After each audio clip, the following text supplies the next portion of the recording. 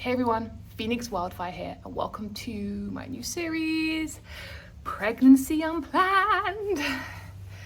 I mean, if that doesn't give the whole premise away, the surprise away, maybe some of you haven't got it yet. Yes, I am indeed pregnant, and I'm documenting this for many reasons, but two main reasons is for those who have been following me, you're still part of the community from years back, echoes back in that chamber of my lush days when I was so unaware and naive. Oh, so unconscious, so unhealed. Bless my little younger Jennifer. I fell pregnant whilst I was in an abusive relationship, and I was coerced, controlled, bullied, abused into terminating the pregnancy, which led to at least 2, if not 3 years almost, of guilt, shame, grief, regret, a hell of a lot of trauma to heal through for that. And I've come to a point now where I'm like, okay, it really wasn't the time. I'm not going to talk about it in extensive detail, but I did actually have a visit from one of the souls of one of the children, because I do believe I lost 2. During an ayahuasca experience right back in 2020, probably one of the only real pinnacle things I took from ayahuasca. Again, more videos, but it was very much like it wasn't the time or the place or the person. And now I'm like, oh, the fuck was it? So that's one of the reasons I want to document it, because I still have that video up on the interwebs for those who can look at the old Jennifer and the new Phoenix and be like, whoa, come far. And I have nothing but love and compassion for her, and I keep that video up predominantly because when I watch that video, all I look at when I see is just so much suffering to come. She was so unaware, and also how much she lied to herself in that video. I say she, like I'm not talking about myself in the third person because I'm dissociating.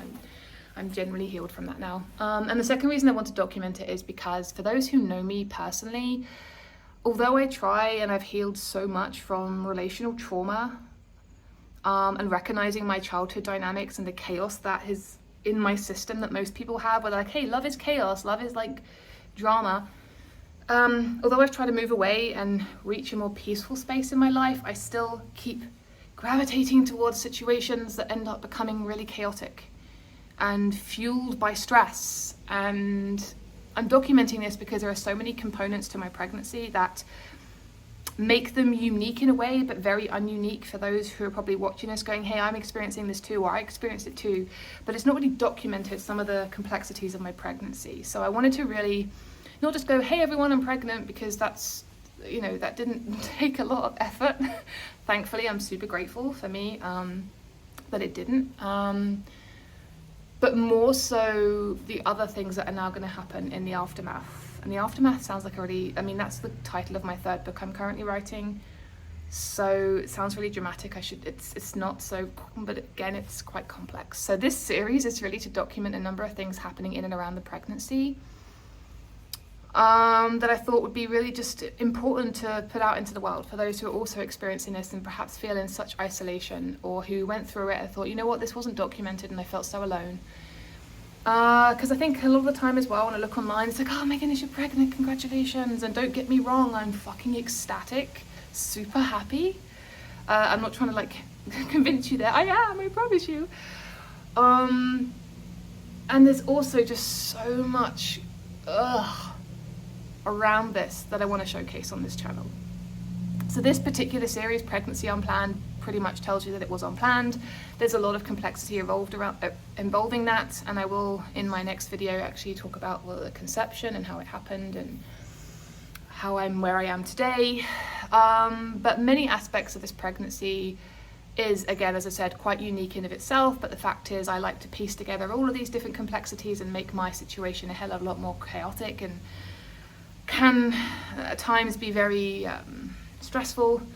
And I wanted to document each of these to normalize these different components of pregnancy. So if anyone is out there and they hear or resonate with anything I'm saying, then hey, I'm like, follow along, because I'm going to document this in its purest form and just take it day by day and see how I go. So what elements of this pregnancy do I want to document? First of all is the fact that I am, hopefully, fingers crossed, oh, I said fingers crossed and pulled my hair, having a home birth.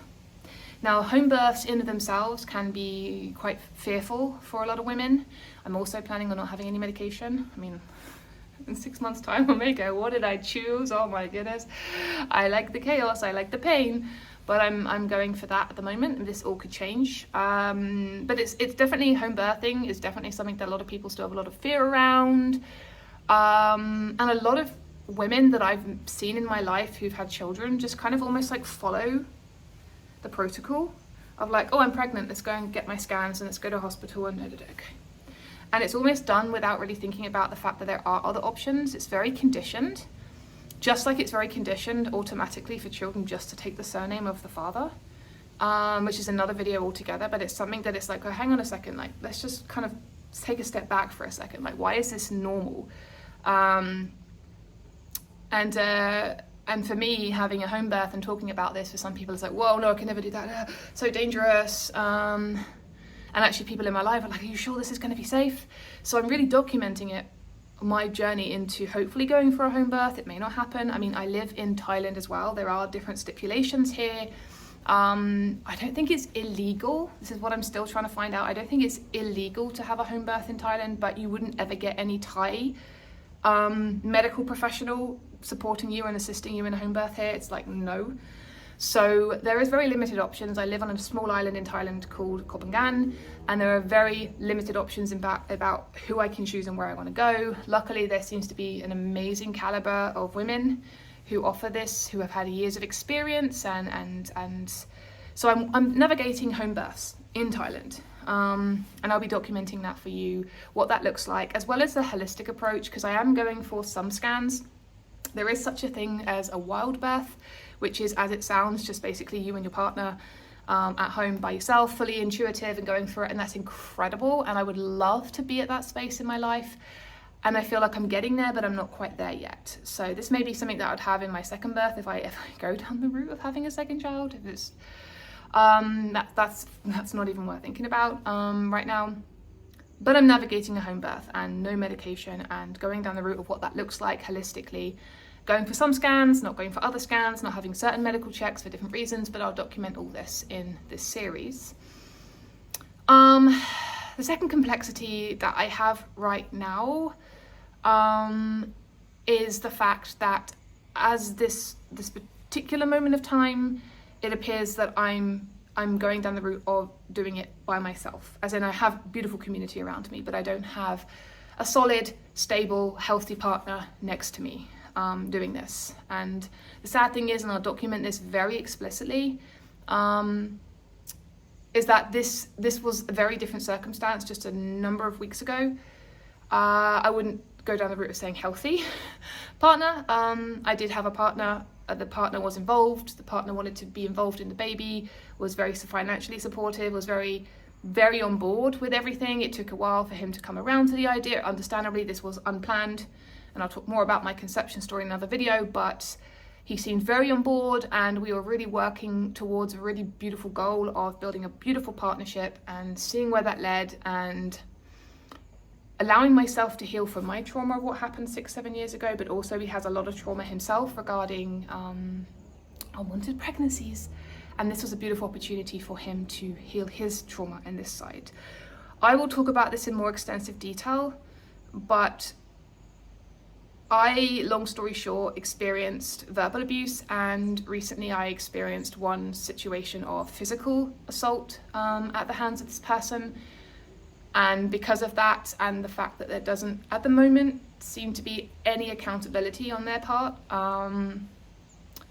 means that I've had to step away from the situation. Now, disclaimer, this is why you are in a relationship with somebody for a period of time to get to know them first before these things suddenly throw themselves out of the pram. And I will tell you right now, as somebody who's experienced psychopathy and narcissism, this is a very different situation. It's not very different. It's similar in some ways, but it wasn't obvious, and there weren't the signs, and there wasn't the love bombing. This is another video.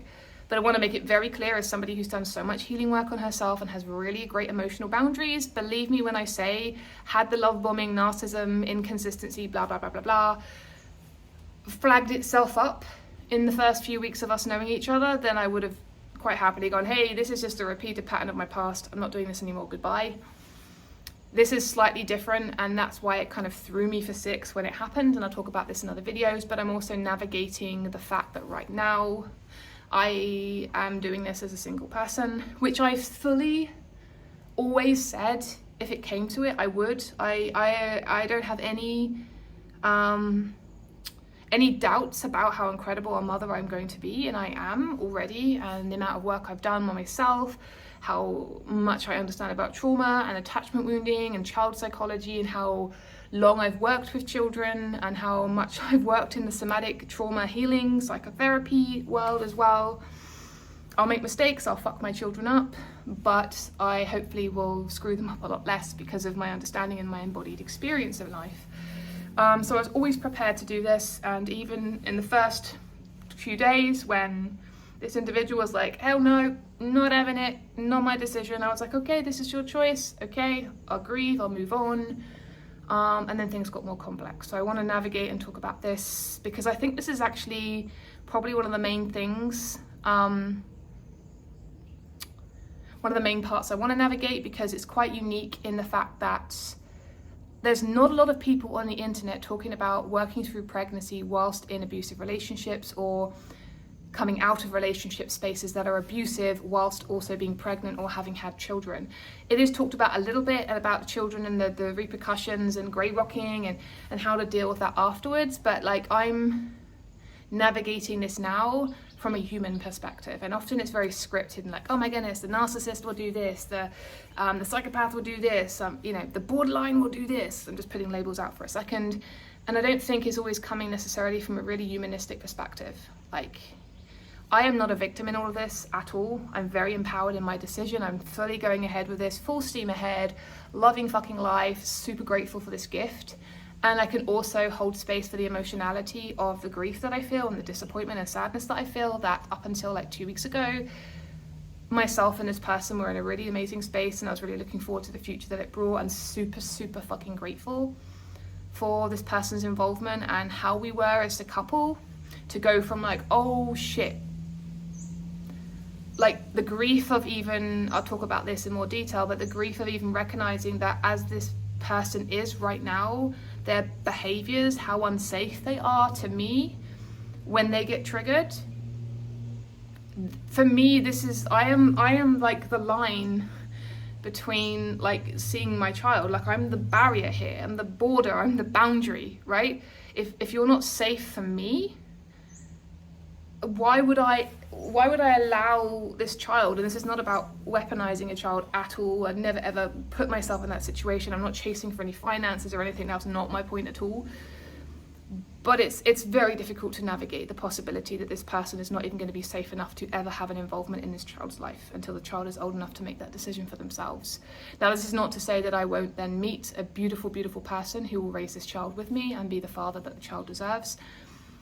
And it's also just a really difficult situation. But this is a long video where I don't want to talk about this too much now, but I want to give you a little bit of insight into that, and I want to give you a bit of insight without kind of going and putting labels on just this very second. But as somebody who does consider herself to be as expert as possible in narcissism and psychopathy, having studied it and also lived and experienced it and the recovery process for the last 6-7 years, and have had numerous other contacts with individuals experiencing similar traits, I also have a lot of experience in some of the pathological, I don't like that word, it's not pathologizing, it's all trauma. And what I will say is this individual is diagnosed with borderline. And this is not to tarnish this person. In fact, I actually want to address and approach this subject from a space of compassion, because I genuinely have so much love and compassion for this person, and I can genuinely see the differences between my ex, who was narcissistic psychopathic, and this person who's not governing themselves from narcissism, who's governing themselves from somewhere else, a space of hurt and fear, and how they literally destroy everything around them whenever they're in a space of rage, including this relationship. But there's tenderness and there's love there in this person, and it's another video, but it's very tough. That I know this person wants to raise his child, who loves me, who wants to build something with me, who wanted to, maybe it's past tense now, maybe this person is split. and just demonizes me fully. I don't know, I have contact with this person, but it's just really challenging to see where this person's at. And who knows, there may be a catalyst for healing, but this person has to make that decision. And this is another video. I've kind of just put all of this into one video now, which is not the point. Also, in this series, I want to document my physiological changes and the struggles I've had with my physicality, because my first trimester was fucking shit.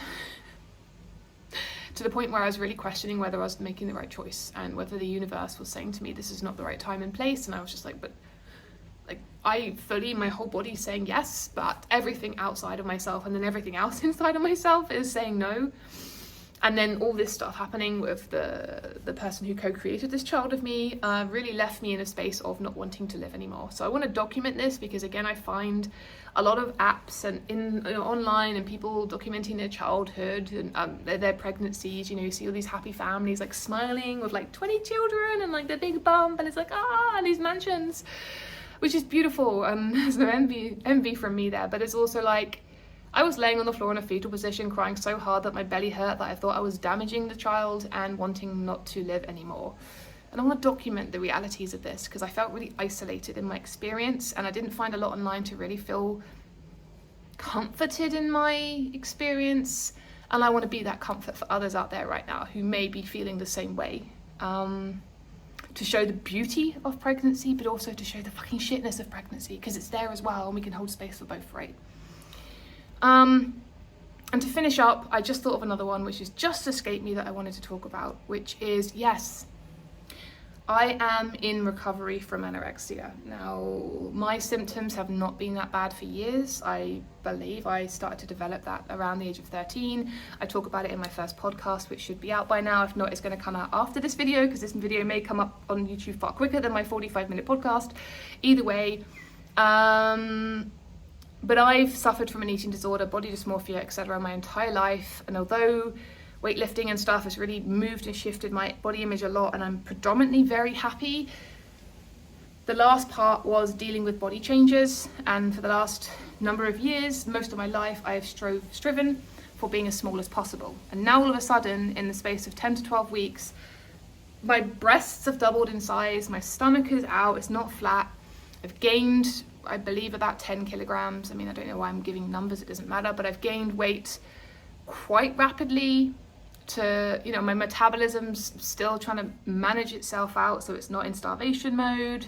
My hunger cues are starting to come back, and I'm having to navigate this healing from an eating disorder, very dysfunctional pattern of behavior, whilst not really being able to do anything about it. Like, it's just happening. But also knowing that I don't want to transfer this horrific low body image. I mean, I'm pretty high when it comes to my body. I love my body aside from my stomach. And this is the one area that's going to change more than anything else. And it's going to be tough, but I'm also trying to navigate and learn to accept and invite the fear, and then integrate the fear and allow the fear to leave, because I don't want to any of this shit that I've had to deal with to be passed on to this child. So I will be navigating and documenting in this pregnancy, also trying to heal from an eating disorder whilst being pregnant. So there's lots of complexities to this situation. I mean, I don't think I could have... Can you think of anything else I could have added to make this even more challenging and stressful than it is? Oh yeah, on top of this, of course, there's one more. I'm broke as fuck. I have no money. I've had no income for the last few months since I left my last job as a somatic therapist. I'm building my business, I'm building my clothing brand, I'm building my online platform for retreats and stuff. I have some things booked up in the next few months to do some beautiful retreats on anger and somatic work and healing, and I want to do some online some work as well on top of what I've already been doing, but I've kind of paused because of this whole situation. So I'm actually also trying to manage bringing in income so I can actually afford to live and to eat in a foreign country whilst being pregnant. So let's just not add anything more to that pile. I think that's enough. I think I've said enough, but I just thought I'd say that ultimately it's a gift. I am so happy and so excited for the future that this will bring. Absolutely. I'm saying it because I don't quite know the gender yet. I think I know. I'm not going to reveal it right now, but I'll know in a few weeks' time anyway. This, by the way, just as a disclaimer, I will not be having this child on social media at all. The identity will not be revealed. I won't mention names. I just think it's just no, it's not happening for this child, but I will be documenting my journeys, etc. But I mean, I think that's a big enough chunk of complexity and confusion and challenge to deal with over the next 6 months. So please follow along. You can follow the chaos. There will be very heart-wrenching moments and there'll be very beautiful moments, and I'm super excited about it all.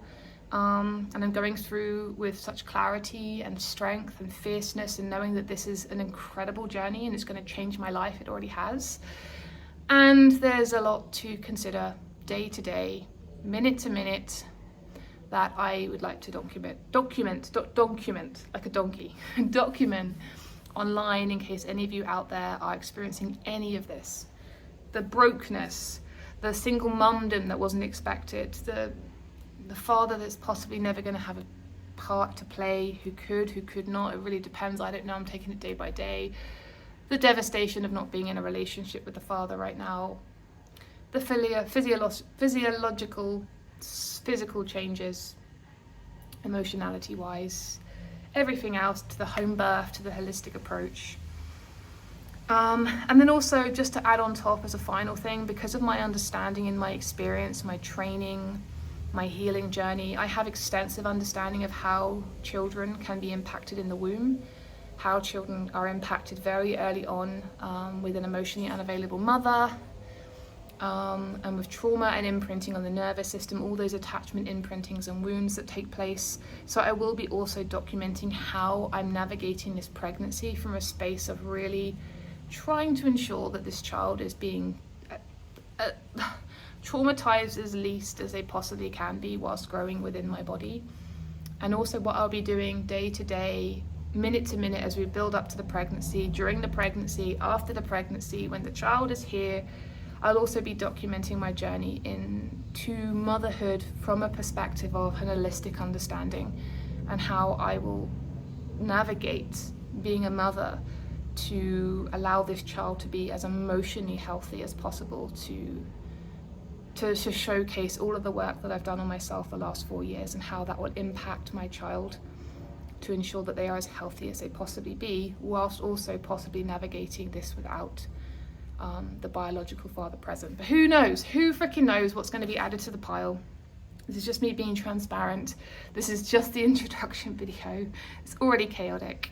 Thank you for watching to the end. Please subscribe to this and all of the other series I have coming out. I have so many coming out. My ideas are just bustling. I just need to find time in the day to record, because it's like I'm in Thailand. The weather is super hot right now. I should be naked on a beach somewhere, like getting a bit of a tan in, and I'm sitting in my house in the dark by myself recording this video, and it's like, ugh. So yeah, finding the time and the space. And I hope this resonates with you in some way, in a positive way. I don't want people to kind of look at this and go, oh yeah. But if you do, we're here together.